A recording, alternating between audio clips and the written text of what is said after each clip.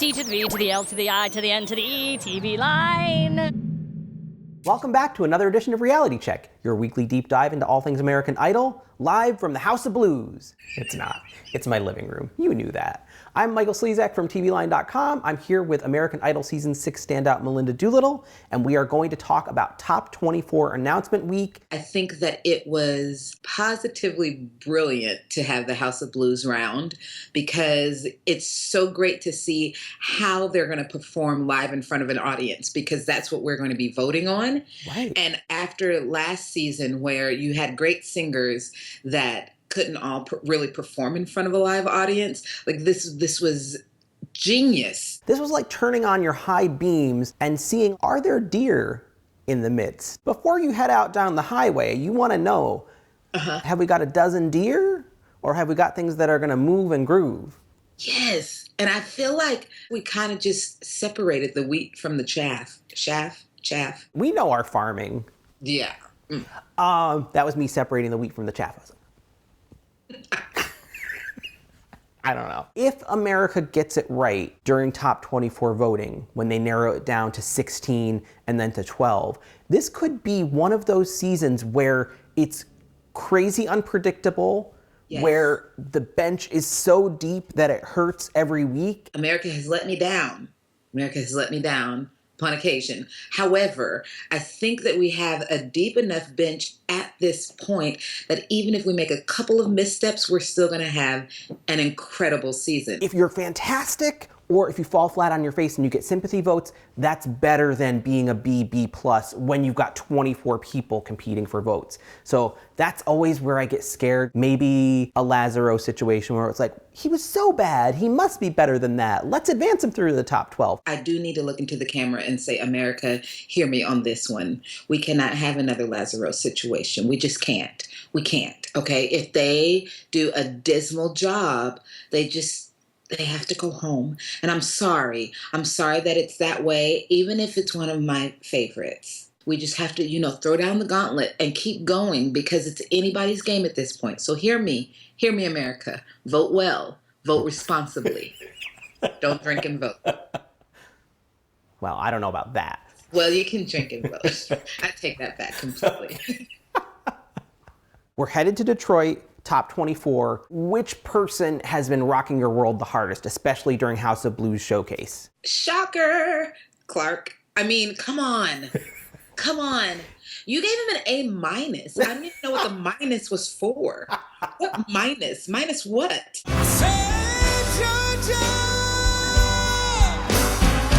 Well, it wasn't Kendra Chantel, is all I'm saying. People are like, Jesus, Slezak, that's Ray Charles. It's not a Kendra Chantel song. But for me, in my Idol Looney bubble, it's a Kendra Chantel song.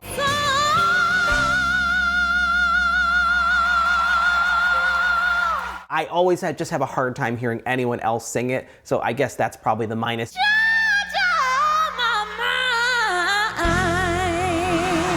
But I can't quibble with you that you put him at number one. I probably would rank him fourth from the showcase, but it's a close fourth. Fourth. You always act like fourth, like I'm saying I ranked him 40th. I'm saying fourth. There were a lot of good people.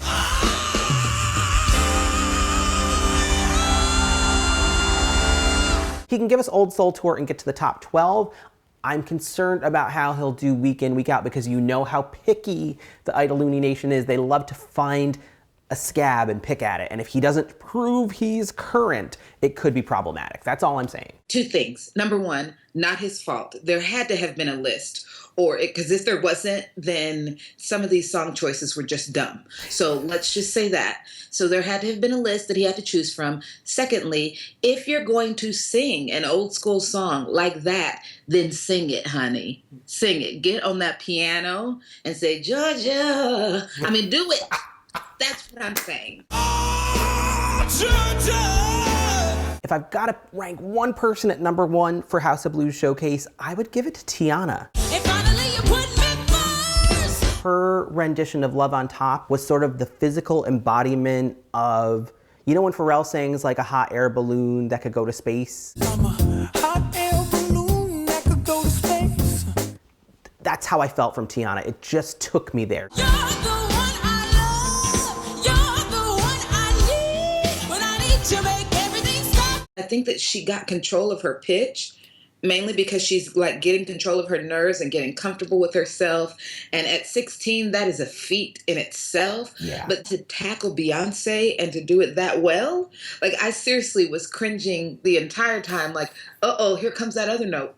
Oh, and she nailed it. Finally, you put my love on. You put my love on top. Her performance was like watching figure skating when a teenager from Belarus comes out and she's unheralded, and all of a sudden she's like, bam, bam, triple Lutz, quadruple yaya, or whatever it is, and nails it, and suddenly she's like in contention for the gold, and nobody saw it coming. You came to life, and we want you to be in the top 24. I think everybody likes Tiana, but I think what we saw prior to House of Blues, there were some little moments that gave us trepidation about whether her voice was Olympic level.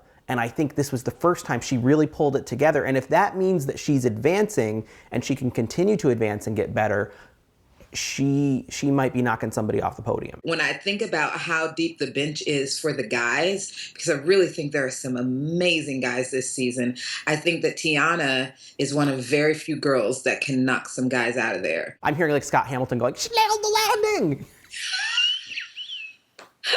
That was a terrible Scott Hamilton impersonation. It was, but I appreciate you bringing him up. So you're putting her at number 2. Who would be your number 3 for the week? Based on performances this week, I need to give it to Rayvon.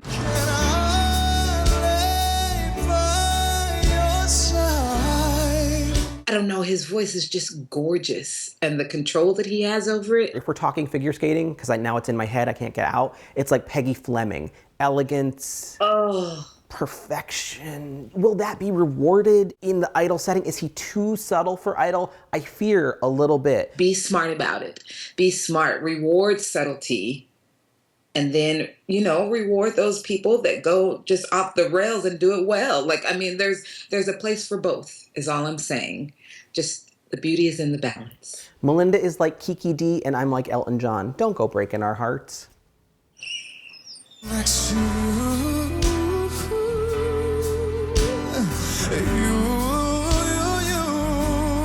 Melinda, I'm gonna have a hard time picking a number 3 for the week because, like I told you, I had 12 people with a B+ or above, and it's like, you've got 12 cute trick-or-treaters and only 3 pieces of candy. What are you gonna do? You're gonna give it to Quasim. I've got Quasim, Sarina, and Clark sort of locked in at 3. Quasim is somebody I have not loved up to this point. I thought most of the vocals I heard from him, he was just doing too much. And yet, when he went into a dancing, stage diving, wild man mode, it was like, now it all comes together.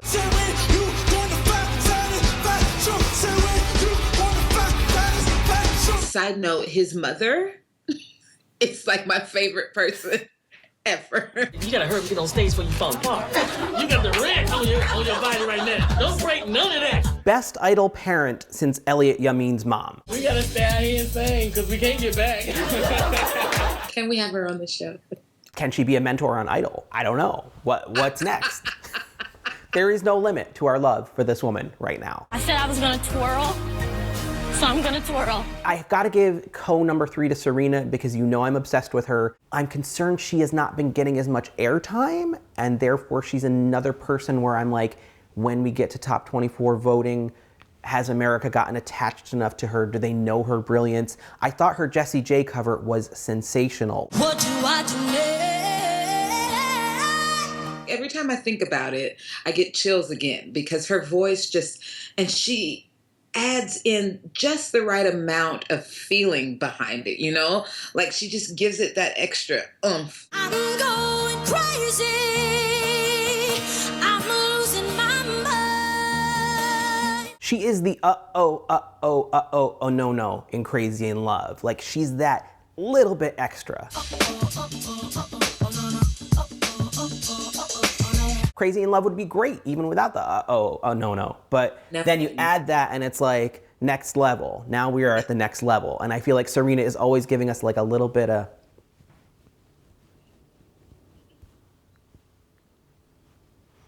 You gotta look back, Michael.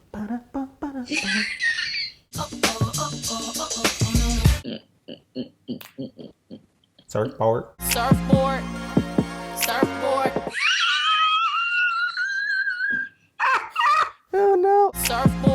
top 24 announcement week was mostly good vibrations.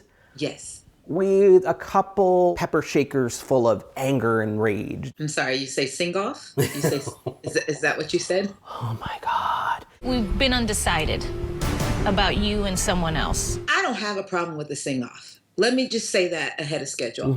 Sing offs are not my problem. The way this sing off was handled is my problem. We don't want to make this go on any longer. Unfortunately, today it's a no for you. You can't tell this girl no and then go to the other girl and say, it was Rachel's spot, which is why you were told no. However, we changed our minds just by watching another girl walk in the room. When you stepped foot on this stage, we all felt, wait a minute. This was our first Rachel sighting all season. It was like, here's some girl you're not emotionally attached to, and now we're gonna like hoist her up to the ceiling and hit her like a piñata. I don't know. I saw her anger in her reaction, and I felt like it was justified. The end. I actually liked Maddie's House of Blues performance a little bit better than Rachel's. But I liked both of their House of Blues performances better than at least 4 or 5 other girls who made the top 12. So I don't understand why they couldn't both have been in it. Because they're both blonde. I don't understand it. When the two of them were in that room and they had to sing back to back, I felt like while I enjoyed Maddie's voice just a hair better, I've been sitting around way too long trying to figure you out. I enjoyed Rachel's presentation a hair better. To my surprise, the only one who could ever reach me was the son of a preacher man. This was Rachel's spot. If you're that definite on it, and then your only reasoning for switching it up and creating a sing-off is, we like how Maddie looked when she walked in the room. Maddie, you're suited to the top 24. That really put a bad taste in my mouth. It really just did. I didn't get over it for the rest of the hour. It was like finding a little rat's paw in your omelet. Like you're having a delicious breakfast and then something really, really bad is up in it. Even if that happened, I didn't need to see it. Yeah, don't show us that, y'all. I don't always want to see it in the kitchen. I just would like a delicious omelet. I think this is your fault now that I think about it. Didn't you ask for them to show us what was in the More kitchen? transparency, more authenticity, You asked more. for that. Then they showed us and now we're mad. This was not the kind of authenticity I was talking about. Surfboard,